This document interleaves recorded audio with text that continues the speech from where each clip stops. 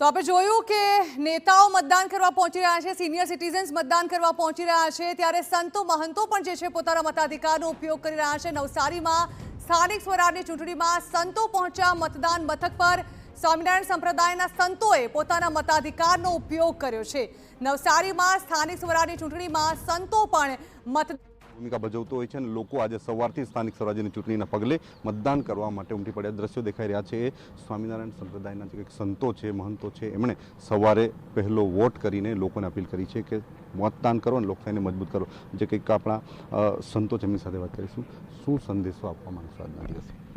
નવસારીના નગરજનોને અમારી નમ્ર અપીલ છે કે નવસારી કોર્પોરેશનની પ્રથમ ચૂંટણી જ્યારે યોજાઈ રહી છે ત્યારે નવસારીના ઉજ્જવળ ભવિષ્ય માટે આ ચૂંટણી ખૂબ જ મહત્ત્વની છે।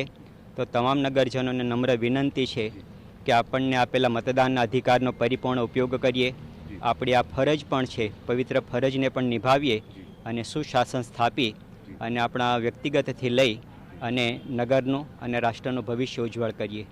તો ખાસ કરીને નગરનો અને રાષ્ટ્રનું ભવિષ્ય ઉજ્જવળ બનાવવા માટે વોટ કરીએ। આપ શું સંદેશો આપવા માંગશો? નવસારીની પ્રબુદ્ધ જનતાને ખાસ નમ્ર નિવેદન છે કે નવસારીનો જો સર્વાંગી વિકાસ કરવો હોય તો આજે આ પ્રથમ જ્યારે ઇલેક્શનની અંદર જ્યારે મહાનગરપાલિકા પણ થયા બાદ પહેલી જ વાર જ્યારે આ ચૂંટણી યોજાઈ રહી છે ત્યારે આપણે બધા જ નવસારીની પ્રબુદ્ધ જનતા એ જો જાગૃત થાય અને જો સારા નેતાઓને આગળ લાવે તો ભવિષ્યમાં નવસારીનો ખૂબ સારો વિકાસ થાય, દેશનો વિકાસ થાય અને સમગ્ર વિશ્વમાં ભારતનું નામ બને। એટલા માટે ભારતના સુખાકારી માટે આપણે બધાએ આપણી એક પ્રથમ ફરજ સમજીને એ અહીંયા મતદાન કરવું જોઈએ એવો અમારો એક નમ્ર વિનંતી છે। તો ખાસ કરીને લોકશાહીમાં મતદાનના કારણે લોકશાહી મજબૂત થતી હોય છે અને વિકાસનો જે કંઈક પાયો નંખાતો હોય છે રાજકીય પક્ષોથી એમની જે કંઈક રણનીતિ થતો હોય છે। ત્યારે નવસારી મહાનગરપાલિકા બન્યાના પ્રથમ વખતની જે કંઈક ચૂંટણી છે એમાં યુવાનોથી માંડીને તમામ લોકો ભાગ લે પ્રકારની અપીલ કરી રહ્યા છે। TV9ના માધ્યમથી અમે પણ અપીલ કરીએ છીએ કે લોકશાહીને મજબૂત કરવા માટે આપનો વોટ ખૂબ કિંમતી છે। આપ પણ મતદાન કરો અને લોકશાહીને મજબૂત કરો। TV9 નવસારી। તો નવી મહાનગરપાલિકાની રચના થયા બાદ આ પ્રથમ સ્થાનિક સ્વરાજની ચૂંટણી યોજાઈ રહી છે, ત્યારે નવસારી મહાનગરપાલિકા માટે પણ પ્રથમ વખત મહાનગરપાલિકા બન્યા બાદ આ મતદાન થઈ રહ્યું છે। આપણે જોયું કે સંતો મહંતો પણ મતાધિકારનો ઉપયોગ કરવા માટે ઉત્સાહભેર વહેલી સવારથી જ અહીં પહોંચી રહ્યા છે।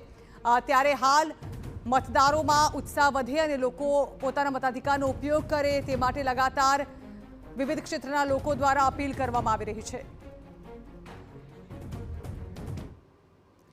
તો આ તરફ અરવલ્લીમાં સ્થાનિક સ્વરાજની ચૂંટણીને લઈને મતદારોમાં ઉત્સાહ જોવા મળ્યો। મેઘરજના રખાપુર મતદાન મથકે વરરાજા પહોંચ્યા હતા મતદાન કરવા માટે। શણગારેલી કાર સાથે વરરાજાએ મતદાન મથકે પહોંચીને મતદાન કર્યું। લગ્નની જાન લઈ જતા પહેલા વરરાજાએ મત આપીને લોકશાહીના પર્વને ઉજવ્યો। લોકો વધુમાં વધુ મતદાન કરે તે માટે વરરાજાએ પણ અપીલ કરી છે।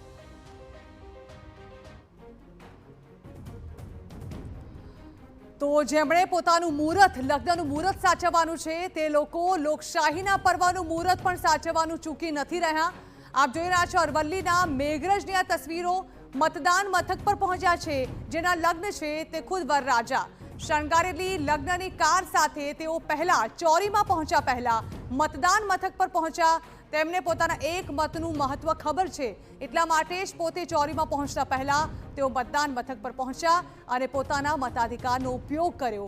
ત્યારે જ્યારે અત્યારે વહેલી સવારથી જ મતદાનની શરૂઆત થઈ ચૂકી છે, લોકો ઉત્સાહ સાથે મતદાન મથક પર પહોંચી રહ્યા છે, ત્યારે આપે પણ ઘરની બહાર નીકળવું જોઈએ અને મતાધિકારનો ઉપયોગ કરવો જોઈએ। આપ જોઈ રહ્યા છો મેઘરજની આ તસવીરો। મતદાન મથક પર કઈ રીતે ઉત્સાહનો માહોલ છે, જ્યાં એક મોટું ઉદાહરણ એ પણ છે કે જેના લગ્ન છે, ખાસ કરીને લગ્નના સમયે લોકો મુહૂર્ત સાચવવાનું નથી ચૂકતા અને તેમાં પણ ખાસ સમય કાઢીને એક વરરાજા પહોંચ્યા હતા મતદાન મથક પર। મારું નામ નીતિન કુમાર મુકેશભાઈ પંચાલ છે।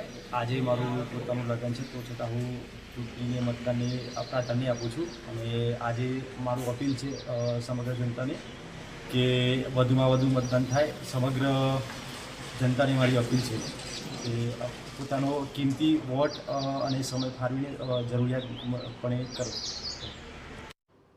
તો આ તરફ બોટાદ જિલ્લામાં લોકશાહીના પર્વની અનોખી ઉજવણીના દ્રશ્યો સામે આવ્યા, જ્યાં લગ્નના પવિત્ર બંધનમાં બંધાતા પહેલા કન્યાએ મતદાન કરી દેશના જવાબદાર નાગરિક તરીકેની ફરજ અદા કરી। બોટાદ નગરપાલિકાની ચૂંટણીને લઈને વોર્ડ નંબર 6માં સરકારી હાઈસ્કૂલના બૂથ પર યુવતીએ લગ્નના શણગારમાં સજી મતદાન કર્યું. લગ્ન પહેલા મતદાન જરૂરી હોય તે મુજબ દુલ્હન આજે જાન આવી ગઈ હોવા છતાં પહેલા મતદાન કરવા પહોંચી હતી. સાથે દુલ્હને લોકોને પણ લોકશાહીના પર્વમાં સહભાગી થવા અને નાગરિક તરીકેની ફરજ અદા કરવા અચૂક મતદાન કરવા માટે અપીલ કરી. આ લોકશાહીનું પર્વ છે, આ ઉજવવું જ પડે ને કરવું જ પડે મતદાન. લોકોને મતદાન તો કરવું જ જોઈએ. લોકશાહીનો પર્વ છે એ ઉજવવો જ પડે. તો આ તરફ વાવ થરાદમાં સ્થાનિક સ્વરાજની ચૂંટણીમાં વરરાજા મતદાન કરવા માટે પહોંચ્યા હતા. થરાદ તાલુકાના ભાચર ગામની પ્રાથમિક શાળામાં મતદાન કર્યું. લગ્ન પહેલા વરરાજાએ મનાવ્યો લોકશાહીનો પર્વ. યુવાનોમાં લોકશાહીના પર્વની જાગૃતતાનું ઉત્તમ ઉદાહરણ જોવા મળી રહ્યું છે. દિવસે કાળઝાળ ગરમીથી બચવા સવારથી જ મતદાન મથકો પર લાઈનો લાગી રહી છે. તો મતદાન મથકો પર લોકોની કતારો જોવા મળી રહી છે, પરંતુ સાથે સાથે જે લોકો ખાસ મતદાન કરવામાં ભાગ લઈ રહ્યા છે અને ધ્યાન ખેંચી રહ્યા છે તે છે એવા લોકો જેમના લગ્ન છે આજે, અને તેઓ પોતાના લગ્નના મુહૂર્ત સાચવતા પહેલા લોકશાહીનું આ મુહૂર્ત જે છે તે સાચવી રહ્યા છે. લોકશાહીના પર્વની તેઓ ઉજવણી કરી રહ્યા છે. ત્યારે ચોરીમાં પહોંચતા પહેલા વરરાજા પહોંચી રહ્યા છે મતદાન મથક પર. વધુ એક ઘટના વાવ થરાદથી સામે આવી છે, જેમાં તસવીરોમાં જોઈ શકાય છે તેમ કે એક વરરાજા જે છે તે લગ્ન કરતા પહેલા મતદાન કરવા માટે પહોંચ્યા હતા. આવી 3 અલગ અલગ ઘટનાઓ સામે આવી, જેમાં અરવલ્લીમાંથી પણ એક વરરાજા મતદાન કરવા પહોંચ્યા હતા. એક વધુ પણ જે છે તે પણ મતદાન કરવા માટે પહોંચ્યા હતા. અને ત્યારબાદ વધુ એક ઘટના સામે આવી છે વાવ થરાદથી, કે જ્યાં પણ વરરાજા જે છે તે મતદાન કરવા માટે પહોંચ્યા છે. આ લોકો પોતાના મતાધિકારનો ઉપયોગ પહેલા કરી રહ્યા છે અને ત્યારબાદ તેઓ પોતાના લગ્નમાં હાજરી આપશે.